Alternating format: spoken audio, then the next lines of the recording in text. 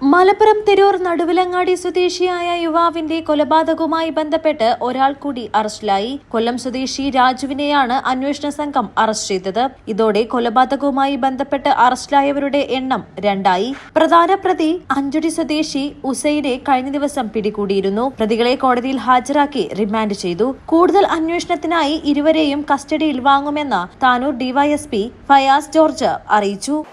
പൂക്കയിൽ സ്വദേശിയായ അബ്ദുൽ കരീം 40 വയസ്സുള്ള അബ്ദുൽ കരീം എന്ന ആൾ മങ്ങാട് ജുമാ മസ്ജിദ് പള്ളിയുടെ വക കെട്ടിടത്തിൽ അയാൾ വാടകയ്ക്ക് അവിടെ താമസിച്ചിരുന്നതാണ്.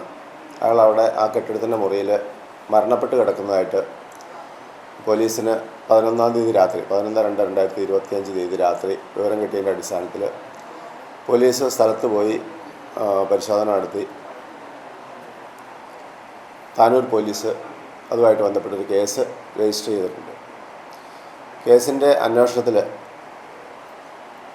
അഞ്ചുടി സ്വദേശിയായ ഉസൈനും അതുപോലെ പത്തനാപുരം സ്വദേശിയായ രാജുവും ഈ മരിച്ച ആളോടൊപ്പം ആ ദിവസങ്ങൾ ഉണ്ടായിരുന്നതായി ബോധ്യപ്പെട്ടതിൻ്റെ അടിസ്ഥാനത്തിൽ അവരെ ചുറ്റിപ്പറ്റി അന്വേഷണം നടത്തിയിട്ടുള്ളതാണ്.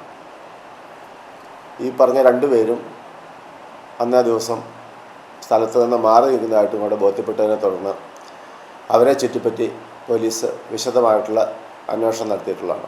പോലീസിന്റെ കുറ്റമറ്റ അന്വേഷണമാണ് പ്രതികളെ വേഗത്തിൽ കണ്ടെത്തി പിടികൂടാൻ കഴിഞ്ഞത്. നടുവിലങ്ങാടി സ്വദേശി കുണ്ടിലകത്ത് അബ്ദുൽ കരീമിനെ കൊലപ്പെടുത്തിയ സംഭവത്തിൽ ഒരാൾ കൂടി പിടിയിലായി. കൊല്ലം കൂറ തലവൂർ സ്വദേശി രാജുവിനെയാണ് പ്രത്യേക അന്വേഷണ സംഘം പിടികൂടിയത്. കഴിഞ്ഞ ദിവസം അറസ്റ്റിലായ അഞ്ചുടി സ്വദേശി കുട്ടിയാമുവിന്റെ പുരുക്കൽ ഹുസൈനോടൊപ്പം സംഭവ സമയം ഉണ്ടായിരുന്നയാളാണ് രാജു. കുറ്റമറ്റ അന്വേഷണത്തിലൂടെയാണ് പ്രതികളെ പിടികൂടാൻ കഴിഞ്ഞത്. ചൊവ്വാഴ്ചയാണ് നിറമറത്തൂർ മങ്ങാട് താമസമുറിയിൽ വച്ച് മരിച്ച നിലയിൽ കണ്ടെത്തിയത്. അബ്ദുൽ കരീമിന്റെ കഴുത്തിൽ ഞെരുക്കിയ പാടുകൾ വ്യക്തമായതോടെയാണ് കൊലപാതകമാണെന്ന സൂചനയിലേക്ക് പോലീസ് എത്തിയത്. കരീമിന്റെ തലയിൽ ഇടിയേറ്റതായി ഇൻക്വസ്റ്റിൽ കണ്ടെത്തിയിരുന്നു. ഈ സംഭവം ഒപ്പമുണ്ടായിരുന്നവരെ കേന്ദ്രീകരിച്ചായിരുന്നു പോലീസിന്റെ അന്വേഷണം. തുടർന്ന് നടത്തിയ അന്വേഷണത്തിലാണ് പ്രതി പിടിയിലായത്. അബ്ദുൽ കരീമിന്റെ കൂടെ മുറിയിൽ വന്നിരുന്നവരെ കേന്ദ്രീകരിച്ച് നടത്തിയ അന്വേഷണമാണ് പ്രതിയിലേക്ക് എത്തിച്ചത്. കൂടെയുണ്ടായിരുന്ന 3 പേരെയാണ് പോലീസ് സംശയിച്ചിരുന്നത്. സംഭവം അറിഞ്ഞ ഉടനെ തന്നെ അവരെക്കുറിച്ച് പോലീസ് അന്വേഷണം ആരംഭിച്ചിരുന്നു. സംഭവത്തിനു ശേഷം നാടുവിട്ടതോടെ ഹുസൈനിലേക്ക് സംശയം വ്യാപിപ്പിച്ചു. മൊബൈലിന്റെ സിം കാർഡ് വീട്ടിൽ ഊരിവച്ചതിനു ശേഷമാണ് ഇയാൾ മുങ്ങിയത്. ഇതോടെ കണ്ടുപിടിക്കാൻ വളരെ പ്രയാസപ്പെട്ടിരുന്നു. പഴുതടച്ച അന്വേഷണത്തിനൊടുവിലാണ് പ്രതിയെ പാലക്കാട് വെച്ച് അറസ്റ്റ് ചെയ്തത്. മലബാർ ടൈംസ്, തിരൂർ.